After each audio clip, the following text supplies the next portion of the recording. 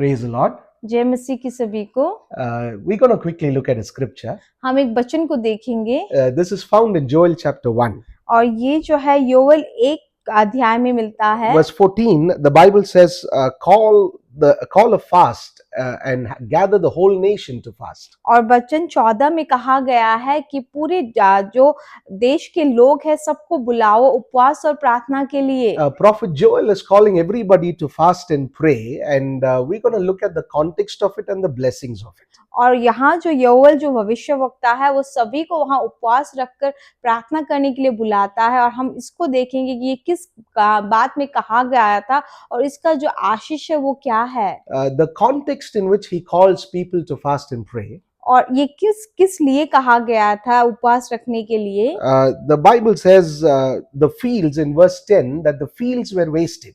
और वचन 10 में कहा गया है कि जो खेत थी वो नष्ट हो गई थी। The wine is dried up. और जो वहाँ दाखरस था वो जो था सूख गया था। The harvest in the field has perished. और जितने भी खेत की जो भी फल थे सब कुछ खत्म हो गई थी। And if you continue to read the whole first chapter, और अगर आप पूरे एक अध्याय को अगर आप पढ़ोगे तो you would notice that the Bible says a fire has burnt up all the pastures. और आप देखोगे कि वहाँ आप ये ध्यान वो देखोगे कि जो है आग जो है उसने वहाँ सारी जो भी खेत है सबको जला दिया है। The rivers are dried up. और जो नदी है वो सूख गई है।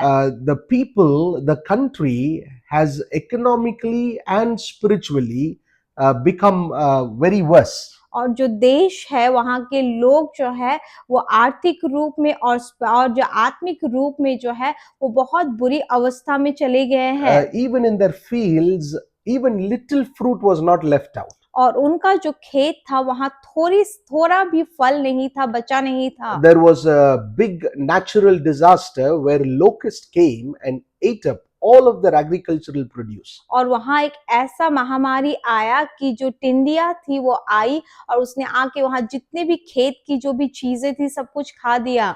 Different kinds of locusts came. What one left, the other came and ate, and at the end of it, nothing was left out. और बहुत प्रकार के वहाँ जो तिंदिया है वो आई और जो एक तिंदिया छोड़ के चली गई थी वो दूसरा तिंदी जो है वो आके उसे खत्म कर देता है और कुछ भी चीज जो है वहाँ बची नहीं रहती है। And the way the nation was spiritually dried up was not that they were into any particular sin.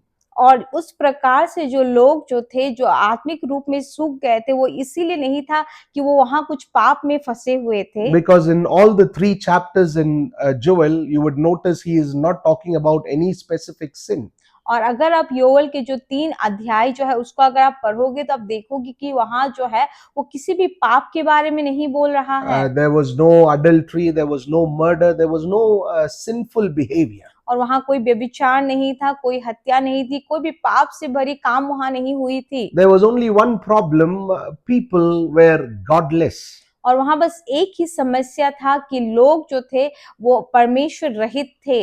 People who were covenant people who were in relationship with God kept on neglecting him for a long time. और जो लोग जो वाचा के लोग थे और वो लोग जो परमेश्वर के साथ जिनका एक संबंध था वो लोग जो थे वो परमेश्वर को बहुत लंबे समय से जो है उनको इनकार कर रहे थे। And as a result of it, there were some who had even become drunkards. और उसी के कारण जो है वहाँ ऐसे लोग भी थे जो है दाखरस से भर गए थे।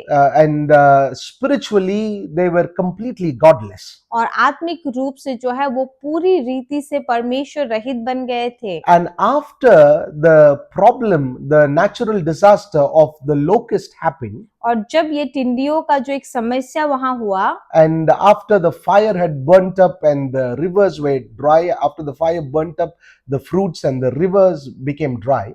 और उसके बाद जो आग जो आई थी उसने जो जितनी भी वहाँ फल थे सबको जला दिया और जो नदी जो थी वो सूख गई। उसके बाद At that time, Prophet Joel calls people to look to God. और उसी समय में जो है जो भविष्यवक्ता योवेल है वो लोगों को बुलाता है कि वो परमेश्वर की ओर देखे। He says, "Come, let us all fast and pray." तो वो कहता है कि आओ हम सभी मिलकर उपवास रखें और प्रार्थना करें। In fact, he begins to warn them, telling, now if we don't repent and turn to God, greater problems are going to come. और वो लोगों को चेतावनी देता है और कहता है कि अभी भी अगर हम परमेश्वर की ओर नहीं मुड़ेंगे, हम पश्चाताप नहीं करेंगे, तो इससे भी बड़ी समस्याएं आ सकती है, because God will judge us. क्योंकि परमेश्वर जो है वो हमारा न्याय करेगा, Because we are covenant people, we must be giving God the first priority. क्योंकि हम वाचा के लोग हैं और हमें जो है परमेश्वर को पहला स्थान देना है, God's children should give God first priority. और परमेश्वर के जो बच्चे हैं उन्हें संतान जो है उन्हें हमेशा परमेश्वर को पहला स्थान देना है। And for a prolonged period of time, when that does not happen, he says a judgment, a great judgment is going to come. और जब बहुत दिनों तक वो नहीं होता है तो वहां वो कह रहा है कि एक बहुत बड़ी जो है न्याय वहां होने वाली है। So in chapter 2, he calls it the day of the Lord. और दूसरा अध्याय जो है वो वहां परमेश्वर का दिन कह के उसे बुलाता है। And so he warns people, telling whatever problems you've seen till now, a greater one is going to come. So let us fast and pray. और वो लोगों को वहां चेतावनी देता है और कहता है कि आज तक तुमने जितनी समस्या देखी है उससे भी बहुत बड़ी समस्या आने वाली है, तो इसीलिए आओ हम उपवास रख के प्रार्थना करें। And in chapter 2, he calls the children, the elders, and everybody to fast. और जो दूसरा अध्याय है वो वहां बच्चों को, बूढ़े लोगों को, सभी को बुलाता है उपवास रखने के लिए, The bride and the bridegroom, और दुल्हन और दुल्हा को भी, the priest and those who do ministry. और जो पुजारी है, जो याजक है, जो सेवकाई की काम करते हैं, उन लोगों को भी। He says everybody should fast and pray and seek the और Lord. वो कहता है कि सभी लोग जो है सबको उपवास रखना है और प्रार्थना करना और परमेश्वर को ढूंढना है। And he says if you do that, this will be the result of it. और वो कहता है कि अगर तुम इसको करोगे तो उसका फल ये होगा। He says God will surely answer. और वो कहता है कि परमेश्वर वहां निश्चय ही उत्तर देगा, God will surely answer. परमेश्वर वहां निश्चय उत्तर देगा। That is the foundation on which we fast and pray. और यही एक अस्तित्व है जिसके ऊपर जो है हम उपवास रखते हैं और प्रार्थना करते हैं, That we know for sure God will surely answer. क्योंकि हमें ये निश्चयता के रूप में पता है कि परमेश्वर निश्चय ही हमें उत्तर As देंगे। you fast and pray, remember God will surely answer. आप जैसे उपवास रख के प्रार्थना कर रहे हो, हमें ये याद रखिए कि परमेश्वर निश्चय आपको उत्तर देंगे। And in chapter 2, he tells how God will answer. और दूसरे अध्याय में वो कहता है कि कैसे परमेश्वर वहां उत्तर देंगे। He says your oil and your wine will overflow.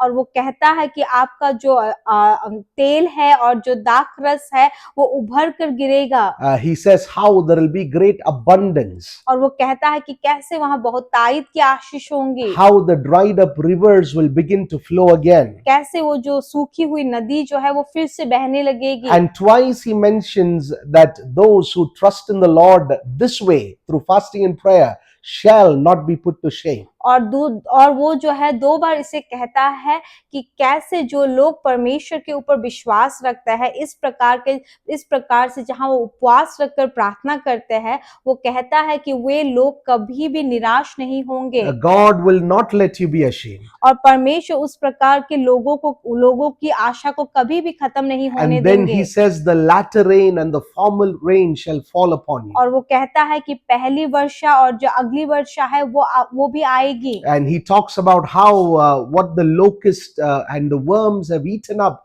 how God will restore all those years. और वो ये भी कहता है कि जो तिंदियों ने, जो कीड़ों ने जो सालों को खा लिया है, कैसे परमेश्वर फिर से उन सालों को वापस करेंगे। A great restoration will happen. एक बहुत बड़ी पूर्ण निर्माण की काम वहां होगी। That God will bless you tremendously. और परमेश्वर आपको बहुतायत से आशीष देंगे। And he continues to say how God will pour out his spirit and his sons and all the sons and daughters will prophesy. और वो ये भी कहते हैं कि कैसे परमेश्वर जो है उनके आत्मा को वहां उड़ेल देगा और कैसे वहां जो बच्चे हैं, जो बेटा बेटी जो है वो वहां भविष्यवाणी करने लगेंगे। The old men will dream dreams. और जो बूढ़े लोग हैं वो सपनों को देखेंगे। Young men will see visions. और जो जवान लोग हैं वो दर्शन को देखेंगे। Even the servants in the house will begin to prophesy. और जो घर पे जो नौकर है वो भी वहां भविष्यवाणी करने And लगेंगे। through all of this, the people will know that God has answered their prayers and he is in the midst of them. और इन सभी के द्वारा जो है लोगों को ये पता चलेगा कि परमेश्वर ने